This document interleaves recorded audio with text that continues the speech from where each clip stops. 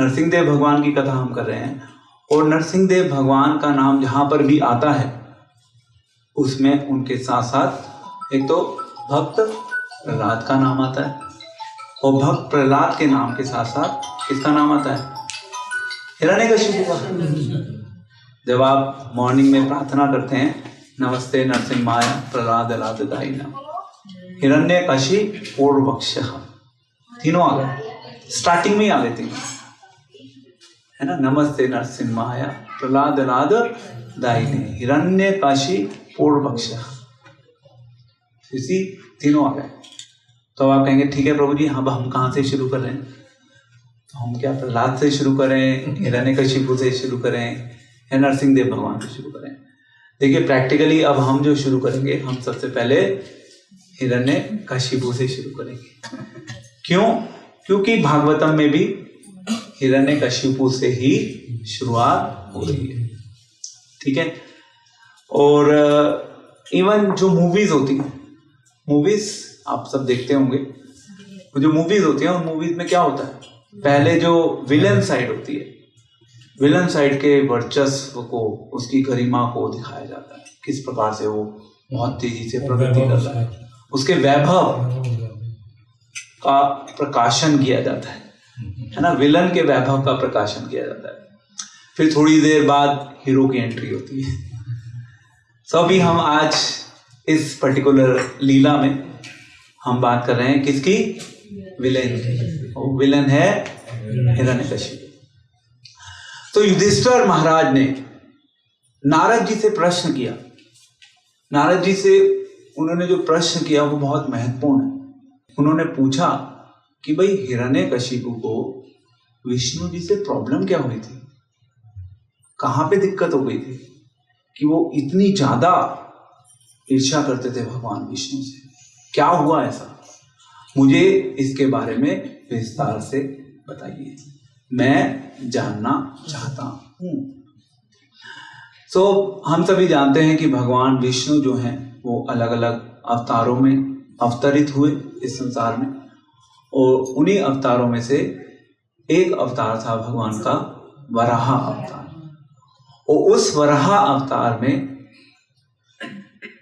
भगवान विष्णु ने वराह के रूप में आकर हिरण्याक्ष का वध किया था। और ये जो हिरण्यकशिपु एंड हिरण्याक्ष थे, ये दो भाई थे। ये दोनों भाई थे और इनकी मदर का नाम था दीति। और इस चीज से जो हिरण्यकशिपु था, हिरण्यकशिपु को बहुत गुस्सा आया था कि भाई ऐसे कैसे भगवान पक्षपाती हो सकते हैं। भगवान ने क्योंकि देवताओं को सपोर्ट किया था, देवताओं को सपोर्ट किया था, और देवताओं को सपोर्ट करने के बाद नेक्स्ट क्या किया उन्होंने? हिरण्याक्ष को मार दिया। तो उसने कहा कि भाई यहाँ पे विष्णु ने देवताओं का पक्षपात किया है। और भगवान आए किस रूप में थे? सूअर के रूप में। सूअर के रूप में ही आए थे ना, भगवान सूअर के रूप में आ गए। ये बात अच्छी नहीं लगी थी हिरण्यकशिपु को। और भगवान तो सबके प्रति समान भाव रखते हैं। भगवत गीता में भी भगवान कह रहे हैं, सम्मोहम सर्वभूतेषु नामे देशस्ति ना प्रिय। मतलब मैं किसी से द्वेष नहीं करता, ना मेरा कोई प्रिय है, मेरे लिए तो सभी समान है। बट इस केस में, इस पर्टिकुलर केस में हिरण्यकशिपु ने देखा कि भगवान ने समान व्यवहार नहीं किया। अगर हम देखें हमारा इतिहास, वैदिक इतिहास, तो वैदिक इतिहास में दो पार्टीज हैं। एक है देवता और दूसरे हैं असुर। जो देवता है, देवता लोग क्या करते हैं? वो जो शास्त्रों में भगवान ने हम सभी के लिए इंस्ट्रक्शंस दिए हैं, देवतागण उन इंस्ट्रक्शंस का पालन करते हैं। और जो असुर हैं, असुर क्या करते हैं? वो उन इंस्ट्रक्शंस को ब्रेक करते हैं। उनका काम ही इंस्ट्रक्शंस को ब्रेक करना होता है। और अब यहाँ पे जैसे देवतागण तो पालन कर रहे हैं, जो असुर हैं वो पालन नहीं कर रहे। यानी कि हिरण्यकशिपु, हिरण्याक्ष, ये लोग तो पालन ही नहीं करते। तो क्या यहाँ पे डिफरेंशिएशन हो रहा है या नहीं हो रहा? तो इसके ऊपर एग्जाम्पल है एक बहुत अच्छा, जो सरकार है, सरकार हमारे देश की सरकार ने नियम बनाए हुए हैं, और वो नियम इन जनरल सभी के लिए समान है। जो उन नियमों का पालन करते हैं वो अपने जीवन को जी सकते हैं, कोई प्रॉब्लम नहीं है, आराम से कंफर्टेबल लाइफ लीड कर सकते हैं, उनको सरकार कुछ नहीं कहती। जो नियमों का पालन नहीं करते उनको पकड़ के ले जाते हैं और जेल में बंद कर दिया जाता है। कई बार लोग आपस में फाइट करना शुरू कर देते हैं। एक गवर्नमेंट ये कह रही है, दूसरी गवर्नमेंट ये कह रही है, लॉ में क्या चल रहा है क्या नहीं चल रहा, इसके ऊपर बहुत सी डिबेट्स होती हैं, आर्गुमेंट्स होते हैं, पॉलिटिकल एजेंडाज बन जाते हैं। बट इन जनरल जो हमारा लॉ है, लॉ सभी के लिए समान होता है। तो भगवान ने इस पर्टिकुलर लीला में ऐसा नहीं कि भगवान ने कोई पक्षपात किया है, और भगवान ने देवताओं को सपोर्ट किया, दानवों को मार दिया। तो हम ये नहीं कह सकते कि ये भगवान का अवगुण है। ये भगवान के अवगुण को नहीं दिखाता। तो ये किस चीज को दिखाता है? किस चीज को दिखाता है यहाँ पे? तो गुण, कौन सा गुण? प्रभुपाद इसके एक तात्पर्य में लिख रहे हैं, ये भगवान का सहज स्नेह है। सहज मीन्स ये स्वाभाविक है, प्रेम के स्तर पे स्वाभाविक है। जो जितना अच्छे से पालन करेगा उतना उसको उसकी बात को भी माना जाएगा, उसकी रक्षा भी की जाएगी। जिस प्रकार से भगवान रक्षा करते हैं, भगवान भक्तों की रक्षा करते हैं, और जो इस संसार के असुर लोग होते हैं, भगवान उनमें ज्यादा रुचि नहीं दिखाते। सो हमें बाह्य स्तर पे ऐसा लग सकता है कि भगवान पक्षपात कर रहे हैं, बट वास्तविकता ऐसी नहीं है। तो फिर आप कहेंगे okay fine, what is next? अब हिरण्यकशिपु जो था उसको बहुत ज्यादा गुस्सा आ गया जब उसके भाई की मृत्यु हो गई, ब्रदर को मार दिया गया। बहुत ज्यादा गुस्सा आ गया, गुस्से में वो आग बबूला हो रहा है। गुस्से में गुस्से आने के बाद जितनी भी फ्रस्ट्रेशन होती है, वो फ्रस्ट्रेशन उसके चेहरे पे आ गई। वो अपने दांतों को ऐसे करते ना, कटकटाते हैं, दांत से दांत चबा रहा है, और आंखें लाल हो गई उसकी, क्योंकि वो सहन नहीं कर पा रहा था।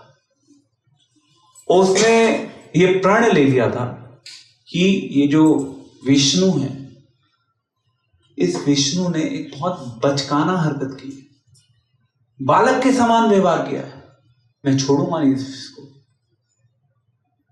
अब क्योंकि हिरण्यकशिपु ने ऑलरेडी स्वीकार कर लिया विष्णु को बालक के रूप में, ये हिरण्यकशिपु की एक बहुत बड़ी भूल थी, बहुत बड़ी बेवकूफी थी। क्योंकि भगवान की क्रियाएं जो हैं, भगवान की क्रियाएं केवल भगवान के भक्त ही समझ सकते हैं, जो कि हिरण्यकशिपु नहीं समझ पाया। और यहीं पे हिरण्यकशिपु ने अपने लिए एक बहुत बड़ी प्रॉब्लम खड़ी कर दी थी। अब आप कहेंगे कि वो बच्चा क्यों मान रहा था भगवान? क्यों मान रहा था बच्चा? एक्चुअली हिरण्यकशिपु को लग रहा था कि ये जो विष्णु है, विष्णु ने बचकानी हरकत की, अपने मनमाने ढंग से कुछ भी कर रहे हैं, किसके साथ कैसे डील करना है ये तो पता ही नहीं है इनको। और ऐसे बच्चे ही करते हैं ना, बच्चे अपने मनमाने ढंग से कभी भी कहीं भी कैसे भी कुछ भी करने के लिए तैयार हो जाते हैं। आप उनसे पूछो क्यों करना है, कभी कभी शायद वो आपको जवाब दे देंगे, कई बार उनके पास जवाब नहीं होगा, बस करना है। हर चीज का उत्तर तो होता नहीं बच्चों के पास, तो आपको कह देंगे करना है हमें बस, एंड देन फिर वो ऐसे ही अपने आप को लगाए रखते हैं, वही जो उनके मन में चलता रहता है। लगा कि विष्णु बालकों की तरह बिहेव कर रहा है, I am not happy with it. और उसके बाद देन उसने सोचा कि अब मैं विष्णु से फाइट करूंगा, मैं विष्णु को ही मार दूंगा। और फिर भागवतम में एक बहुत अच्छा उदाहरण दिया गया है कि जिस प्रकार से एक पेड़ जो होता है, यदि एक पेड़ की जड़ को हम काट देते हैं तो अपने आप उस पेड़ के ऊपर जो भी पत्ती आती है, फल आता है, फूल आता है, वो सभी समय के साथ मुरझा जाते हैं, खत्म हो जाते हैं, उनका जीवन भी नष्ट हो जाता है, ज्यादा समय तक वो नहीं रह पाते। ठीक कह रहा हूं मैं? ऐसे ही होता है ना। तो ये प्रण लिया था वहां पर हिरण्यकशिपु ने कि मैं विष्णु को नष्ट कर दूंगा तो देवता तो अपने आप ही खत्म हो जाएंगे। तो देवता लोग क्या है? देवता लोग पत्ती, फूल, फल के समान, और ये जो विष्णु है ये जड़ के समान है। तो मुझे जड़ के ऊपर फोकस करना है। तो इस प्रकार से अल्टीमेटली वो इस पूरी प्रक्रिया के थ्रू देवताओं को विचलित करना चाहता था। ओरिजिनल फाइट जो थी उसकी देवताओं के साथ थी। वो अमर बनना चाहता था ना, वो अल्टीमेटली अमरता को प्राप्त करना चाहता था। और इस पूरे प्रोसेस के थ्रू वो देवताओं को विचलित करना चाहता था, उनको परेशान करना चाहता था। उसके लिए उसने जो उसकी आर्मी में जितने भी लोग उसके साथ थे, यानी कि बाकी असुर इस कम्युनिटी में, उनको आदेश दिया कि तुम जाओ और ये जो गाय हैं, ये जो ब्राह्मण हैं, इन लोगों को नष्ट करना शुरू कर दो, तभी कुछ होगा। नष्ट करना शुरू कर दो। तो इससे धीरे धीरे धीरे सब जगह हाहाकार मचना शुरू हो गया, डिस्टरबेंस होनी शुरू हो गई। एंड कुछ ही देर पहले ये जो हिरण्यकशिपु है, इसने अपने भाई की अंत्येष्टि क्रिया की थी। अंत्येष्टि क्रिया मीन्स लास्ट राइट्स होते हैं, फ्यूनरल वगैरह, ये सब उसने की थी। और उसके बाद देन हिरण्यकशिपु के ऊपर एक बहुत बड़ी रिस्पॉन्सिबिलिटी थी। उसका कर्तव्य था कि जो उसके भतीजे थे, उसके जो परिवार के सदस्य थे, जिसमें दीति भी आती, उन सभी को सांत्वना देना, क्योंकि सब लोग बहुत ज्यादा दुख से पीड़ित थे, परेशान थे। उनके घर के एक बहुत महत्वपूर्ण सदस्य की मृत्यु हो गई थी। और फिर हिरण्यकशिपु ने उपदेश देना शुरू किया। अब आपके माइंड में प्रश्न आएगा, हिरण्यकशिपु उपदेश दे रहे हैं, किसका उपदेश दे रहे हैं? अब हिरण्यकशिपु ने अपनी भगवत गीता शुरू कर दी। वहां पे भगवत गीता का ज्ञान देना शुरू कर दिया। वहां पे वो आत्मा की बात कर रहे हैं, वो कर्मों की बात कर रहे हैं, किस प्रकार से हम सब इस संसार में आते हैं, हम अपने कर्मों के अनुसार जो भी कर्म हमने किए हैं उन फलों को भोगते हैं, और फिर जब हमारा कार्यकाल पूरा हो जाता है तो हम इस संसार से चले जाते हैं। उन्होंने एक बहुत अच्छा एग्जाम्पल दिया, जैसे हम सब अपने जीवन में कर्म करते हैं, और कर्मों को करने के लिए हमारे आसपास हमारे अलग अलग संबंध होते हैं।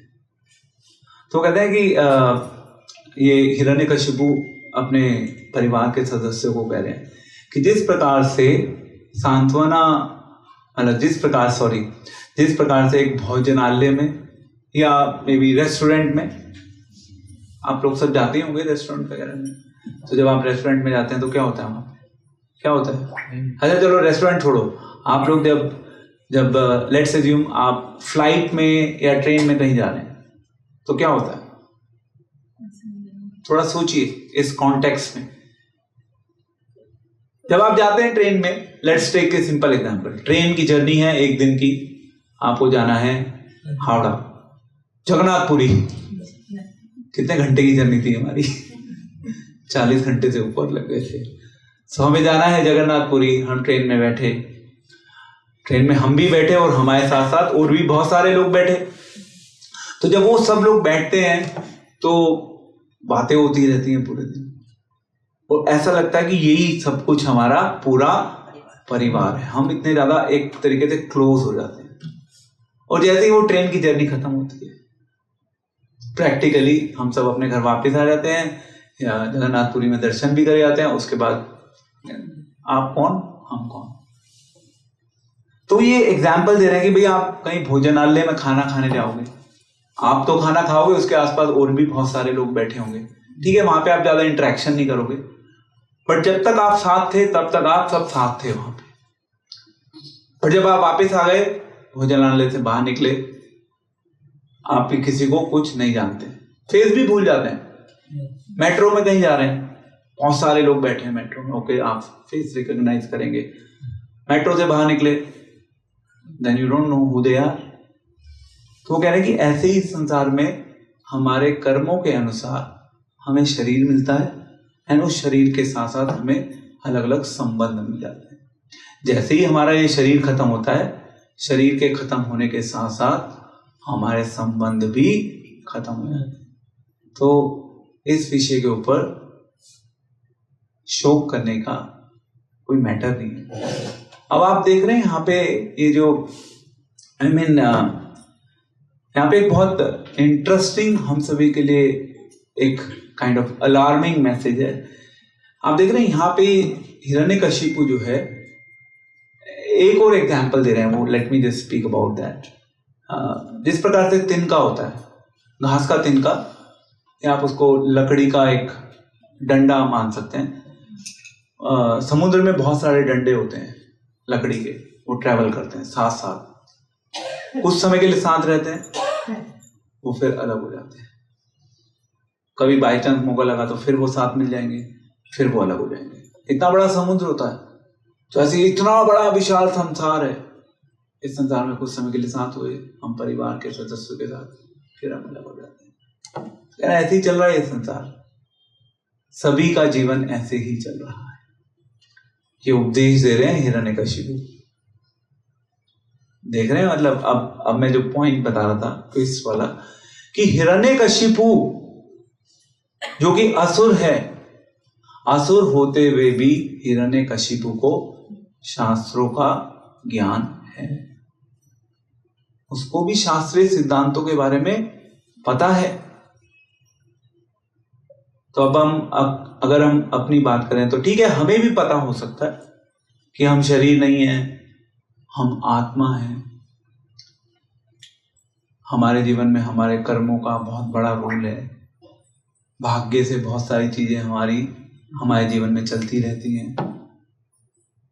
हमें इन सब चीजों के बारे में सूचना हो सकती है। जीवन नाशवान है, शरीर नाशवान है, समय के साथ सब चीजें समाप्त हो जाएंगी, हमारे पास ये सूचना हो सकती है। पर प्रश्न उठता है कि क्या केवल सूचना होना काफी? यस, क्या केवल सूचना होना काफी है? सूचना होना काफी नहीं है। तो माइंड में प्रश्न आना चाहिए, फिर हम आगे क्या करें? इंफॉर्मेशन केवल इंफॉर्मेशन है जब तक उस इंफॉर्मेशन को हम अपने जीवन में उतारते नहीं। तो असुरों को भी पूरी इंफॉर्मेशन है शास्त्रों की, असुर कहां पे गड़बड़ करते हैं? वो उसको फॉलो नहीं करते। तो ऐसे भी सोसाइटी में बहुत सारे असुर एग्जिस्ट करते हैं जो शास्त्रों में पारंगत भी हो सकते हैं, जिनको पूर्ण रूप से शास्त्रीय ज्ञान हो सकता है, परंतु अपने आप में केवल शास्त्रीय ज्ञान होना ही सब कुछ नहीं है। उस ज्ञान को हमें अपने जीवन से जोड़कर विज्ञान में परिवर्तित करना होगा। दूसरे शब्दों में, हमें उस ज्ञान के साथ अपने जीवन को जीने की कला सीखनी होगी। कृष्ण कॉन्शियसनेस का इन ए नटशेल यही उद्देश्य है। ज्ञान लो, ज्ञान को विज्ञान में परिवर्तित करो। श्रील प्रभुपाद इस संसार के लोगों को यही प्रोग्राम देने के लिए है। किताबों के ज्ञान को केवल किताबों तक नहीं रहने दो, उसको अपने हृदय में उतारो। नहीं तो किताबें भी बहुत लोग पढ़ते हैं और जीवन में परिवर्तन नहीं आता। तो इस प्रकार से उन्होंने अलग अलग सिद्धांतों के बारे में बताया। उन्होंने कहा कि भौतिक जगत की जो उपलब्धियां हैं, उपलब्धियां मीन्स और कोई बहुत ज्यादा सुंदर हो सकता है, किसी के पास बहुत अच्छी एजुकेशन हो सकती है, और कोई बहुत बुद्धिमान हो सकता है, किसी का बहुत अच्छा सोशल सर्कल हो सकता है, किसी के अंदर बहुत अच्छे सद्गुण हो सकते हैं। जब आपके पास अच्छे सद्गुण होते हैं तो आप लोगों के साथ अच्छे से व्यवहार करते हैं, लोगों के साथ अच्छे से इंटरेक्ट करते हैं, बातें करते हैं, और एक अच्छी वाइब्स आप छोड़ के जाते हैं। जिस भी व्यक्ति के संपर्क में आप आएंगे वो आपसे इन ए वे इम्प्रेस हो जाता है। ऐसा होता है ना समाज में, फिर होगा आपका स्वभाव तो बहुत ही अच्छा है, आप तो बहुत ही अच्छे से बात करते हैं, बहुत ही अच्छे से डील करते हैं। पर ये सब हमारी केवल इस भौतिक जगत की उपलब्धियां हैं।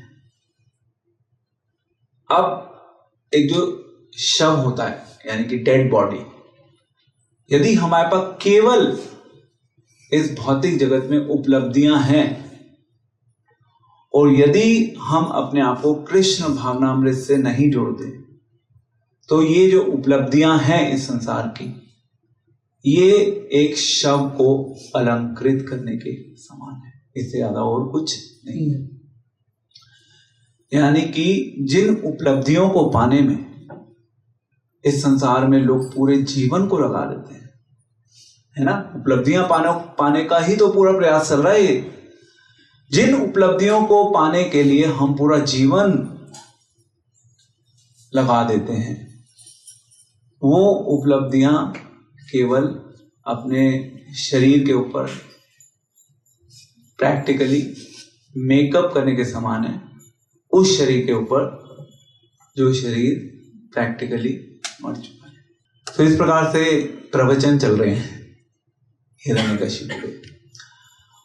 और देन फर्दर उन्होंने एक इतिहास में एक राजा हुआ, उस राजा का नाम था सुयज्ञ। तो वो भी मर गया था, और जब वो राजा मरा था तो उसके आसपास उसकी पत्नी, उसके परिवार के सभी सदस्य आसपास बैठ गए। वो बैठकर बिलक बिलक कर उन्होंने रोना शुरू कर दिया। शास्त्रों में बताया गया है कि शाम के बाद शव का या डेड बॉडी का दाह संस्कार नहीं किया जाता, ये शास्त्रों में बताया गया है। शाम हो गई, परिवार के सदस्य उसके शरीर को छोड़ने के लिए तैयार नहीं थे, बहुत अटैच थे वो सब राजा के साथ। और फिर वहां पर यमराज आ गए, यमराज की एंट्री हो गई वहां पर। अब यमराज जो हैं वो एक छोटे से बालक के रूप में आए थे। तो आपके माइंड में प्रश्न आ सकता है कि ओके, बालक के रूप में आने की क्या जरूरत थी यमराज को? तो प्रभुपाद तात्पर्य में दो प्रमुख कारण बता रहे हैं कि क्यों यमराज जो हैं एक बालक के रूप में आए थे। पहला, जो छोटे बालक होते हैं, छोटे बच्चे जो होते हैं, छोटे बच्चे इजीली कहीं भी जा सकते हैं, उनको जनरली कोई रोकता नहीं है।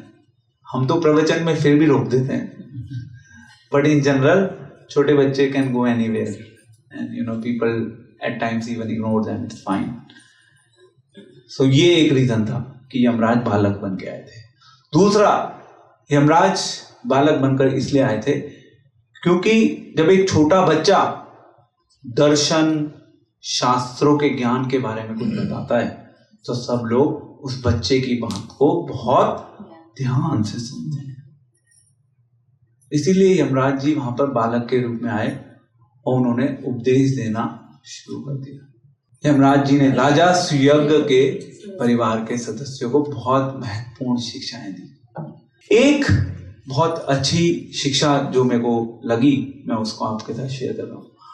उन्होंने कहा कि भाई यमराज एक बालक के रूप में बोल रहे हैं और सुयज्ञ के परिवार के सदस्यों के सामने वो कह रहे हैं कि छोटे बच्चे के रूप में हम इस संसार में आते हैं, हमारे माता पिता हमें ऐसे ही छोड़ देते हैं।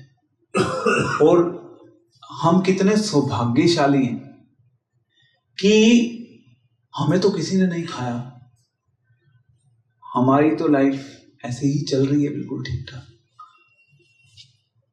वो फिर कह रहे हैं कि हमें अपने जीवन में पूर्ण रूप से भगवान के ऊपर निर्भर होना चाहिए। हमें इस चीज की पूर्ण रूप से एश्योरेंस होनी चाहिए कि भगवान हमें सुरक्षा प्रदान करेंगे। ये संदेश दिया वहां पे यमराज जी ने। क्योंकि जब परिवार में कोई महत्वपूर्ण सदस्य जब चला जाता है तो फिर माइंड में यही सब थॉट्स आते हैं ना कि क्या होगा, कैसे जीवन चलेगा, कौन हमारा ख्याल रखेगा। अब जो आसुरी प्रवृत्ति के होंगे वो इन्हीं चिंताओं से अपने आप को पूर्ण रूप से घेर लेंगे। बट जो भक्ति करने की जिनकी प्रवृत्ति होगी वो ऐसा नहीं सोचेंगे। शुरू में टेम्परेली सोच सकते हैं, बट यदि भक्ति का स्ट्रॉन्ग अभ्यास होगा तो वो अपने आप को उससे निकाल पाएंगे। एंड देन इसके बाद वो फर्दर यस ओके एक बहुत अच्छी चीज वो और बता रहे हैं कि ये इस संसार का एक सबसे बड़ा आश्चर्य है कि हम सब इस स्थान पर आते हैं। ये स्थान क्या है? हम एक अज्ञात स्थान से आए इस स्थान पर और हम सब वापस किसी अज्ञात स्थान पर चले जाते हैं, जिसके बारे में प्रैक्टिकली स्पीकिंग हमें कोई सूचना नहीं है। हम अज्ञात स्थान से आए, हम वापस अज्ञात स्थान पर चले जाएंगे। और ये जो स्थान है ये भी कुछ क्षण के लिए हमारे साथ है। आज हम यहां पे हैं, कल को हम कहीं और बैठे होंगे, परसों फिर हम कहीं और बैठे होंगे। पर हम ये भी एक अज्ञात स्थान ही हो गया एक दृष्टिकोण से, बट हम इस अज्ञात स्थान को सब कुछ मान बैठते हैं। कितना बड़ा ड्रामा है ये, कितना बड़ा प्लॉट है माया का, और हम सब उस प्लॉट के विक्टिम बन जाते हैं। हम सब विक्टिम बन जाते हैं और हम फंस जाते हैं। तो ये अपने आप में एक बहुत बड़ा आश्चर्य है। जब ययाति महाराज ने प्रश्न किए थे युधिष्ठिर से, याद है कुछ? उन्होंने प्रश्न पूछे थे, किसने? यक्ष प्रजापति। यक्ष ने प्रश्न पूछे थे युधिष्ठिर से। उन प्रश्नों में से एक प्रश्न यही था कि इस संसार का सबसे बड़ा आश्चर्य क्या है? सबसे बड़ा आश्चर्य यही है कि इस संसार में हम लोग देख रहे हैं प्रतिदिन लोग मर रहे हैं, लोग इस संसार से जा रहे हैं, और हमें ऐसा लग रहा है कि सब तो जाएंगे पर हम नहीं रहेंगे। ये सबसे बड़ा आश्चर्य है इस संसार का। तो ये प्रश्न पूछे थे उन्होंने कहा था कि मैं तुम्हारे भाइयों को तभी छोड़ूंगा जब तुम सारे प्रश्नों का उत्तर सही दोगे। बहुत मुश्किल प्रश्न और बहुत बुद्धिमानी चाहिए थी उन प्रश्नों का उत्तर देने के लिए, जिसको युधिष्ठिर महाराज ने आंसर किया था। So this was one of the question, इस संसार का सबसे बड़ा आश्चर्य क्या है। एंड देन इसके बाद I think these are some important instructions. वो फर्दर यमराज बालक के रूप में कह रहे हैं कि वो भगवान जिन्होंने माता के गर्भ में हमें सभी प्रकार से सुरक्षा प्रदान की थी, हम सभी को सुरक्षा प्रदान करी थी, इसीलिए हम यहाँ बैठे हुए हैं।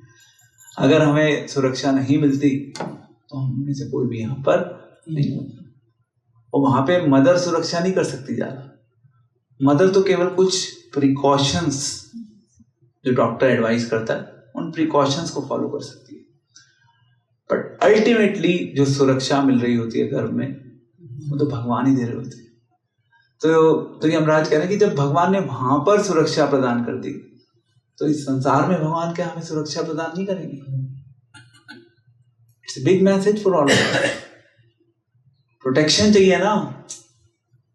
तो यदि हमने अपने जीवन में भगवान की शरण स्वीकार कर ली है तो अपने आप शरण लेने के बाद हमारे जीवन से शोक जो है वो नष्ट हो जाना चाहिए।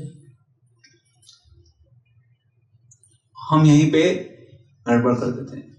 हम कहते हैं ओके हमने शरण ले ली, शोक नष्ट हो जाना चाहिए।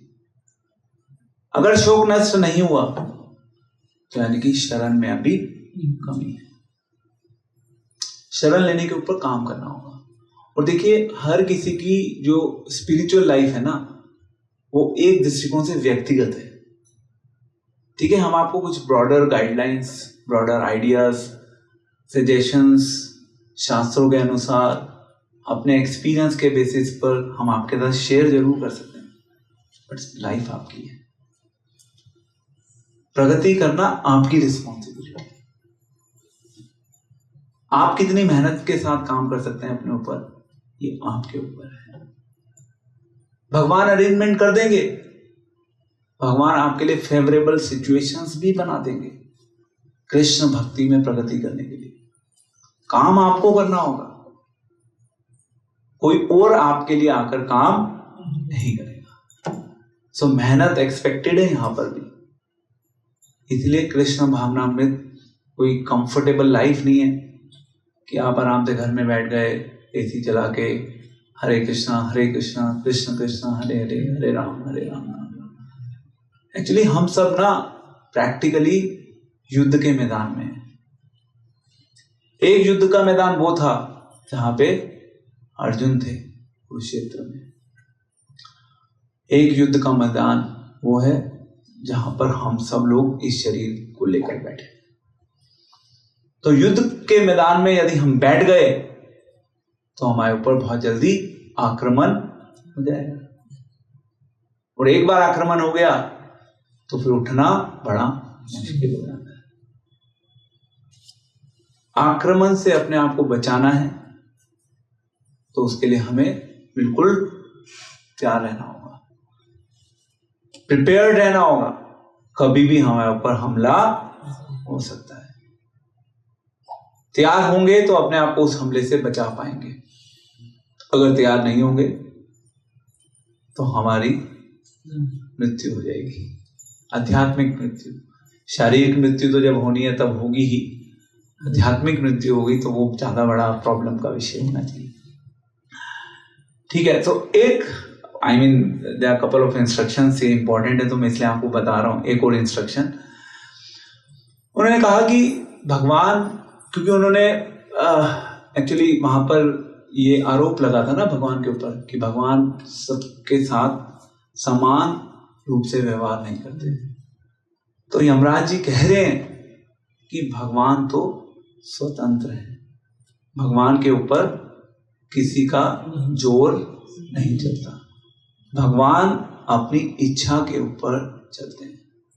भगवान निर्धारित करते हैं क्या सही है क्या गलत है।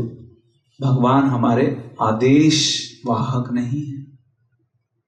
ऐसा नहीं कि हम अपनी कन्वीनियंस के अकॉर्डिंग, हम अपने कंफर्ट के अकॉर्डिंग भगवान को कुछ आदेश करेंगे। भगवान को हम आदेश कर सकते हैं, okay fine, you know, Krishna do this, Krishna do this.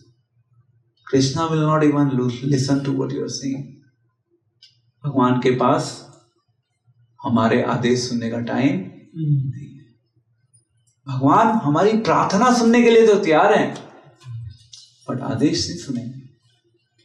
हमारे पास कोई अधिकार ही नहीं है भगवान को आदेश करने का। कोई अधिकार ना तो है, ना कभी हमारे पास कोई अधिकार होगा भगवान को आदेश देने का। जैसे एक कंपनी होती है, एक कंपनी में बॉस होता है, बॉस के अंडर में एम्प्लॉइज काम कर रहे होते हैं, जूनियर एम्प्लॉइज।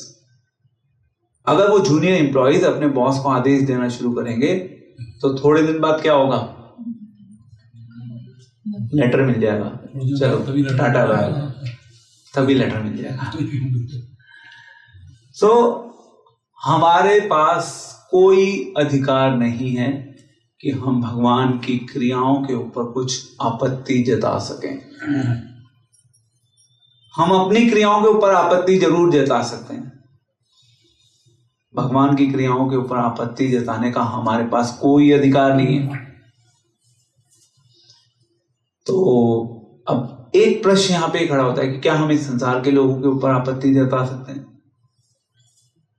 प्रैक्टिकली स्पीकिंग हमारा इस संसार के लोगों के ऊपर भी आपत्ति जताने का कोई अधिकार नहीं। हम लोगों को कोसते रहते हैं ना कि इसने मेरे साथ ये कर दिया, इसने मेरे साथ वो कर दिया, ये तो मुझे परेशान करता रहता है, इसने मेरे जीवन को बिल्कुल नरक बना दिया। एक्चुअली कोई किसी के जीवन को नरक नहीं बनाता, और इन ए वे हमारे आसपास भौतिक स्तर पे कोई किसी के जीवन को सुधारता भी नहीं है, भौतिक स्तर पे एटलीस्ट। तो ना तो कोई किसी के जीवन को नरक बना रहा है, ना कोई किसी के जीवन को सुधार रहा है। हम सब अपना अपना प्रोग्राम अपने साथ लेके आए हैं। कोई सुधार रहा है तो yes, thank you very much, but अपने आप जो कर सकते हो वो कर लो। किसी को दोष मत दो। कोई आपको लग रहा है कि आपको परेशान कर रहा है, उससे दूर हो सकते हो, बट यस कई बार दूर भी नहीं हो सकते। जब हमारे संबंध होते हैं तो वहां तो दूर भी नहीं हो सकते। तो जस्ट मूव ऑन, चलते रहो जीवन में। स्थितियां हमेशा आपके अनुसार काम नहीं करेंगी, ना करती हैं। भगवान ने सबके लिए विशेष परिस्थिति बनाई है। सो इस प्रकार से यमराज जी ने बालक के रूप में आकर वहां पर सुयज्ञ के परिवार के सदस्यों को संदेश सुनाया था, उनको सांत्वना देने का प्रयास किया था। तो जब इस प्रकार से दीति, ऋषभानु नाम था हिरण्याक्ष की वाइफ का, उनके बच्चे, उन सब ने जब इस प्रकार से यमराज से उपदेश सुने, दूसरे शब्दों में उपदेश किसको दिए जा रहे थे? उपदेश तो हिरण्यकशिपु दे रहा था अपने परिवार के सदस्यों को, और उस समय ये यमराज का वृतांत भी वहां पर हिरण्यकशिपु ने सुनाया था। और फिर उससे हिरण्यकशिपु के परिवार के सदस्यों को सांत्वना मिली थी, जिसमें दीति भी शामिल थी और दीति के अलावा ऋषभानु भी शामिल थी। उन सबको सांत्वना देने के लिए ये अरेंजमेंट किया था हिरण्यकशिपु ने, कथा बताने का। पौराणिक कथा बोलते हैं इसको, शास्त्रों में अलग अलग पौराणिक कथाएं होती हैं, तो उस पौराणिक कथा को वहां पर रेफर किया था हिरण्यकशिपु ने। एंड देन ये जो दीति हैं, ऋषभानु हैं, इन्होंने अपने मन को अपने मन के साथ साथ अपने ध्यान को भगवान में या दर्शन में विकसित करना शुरू कर दिया था। उनका जो दुख था वो प्रैक्टिकली कम हो गया था। श्रील प्रभुपाद इसके तात्पर्य में लिख रहे हैं आखिरी श्लोक में। प्रभुपाद कह रहे हैं कि इसको शमशान वैराग्य बोला जाता है। शमशान वैराग्य आप सबने सुना होगा। हरे कृष्ण।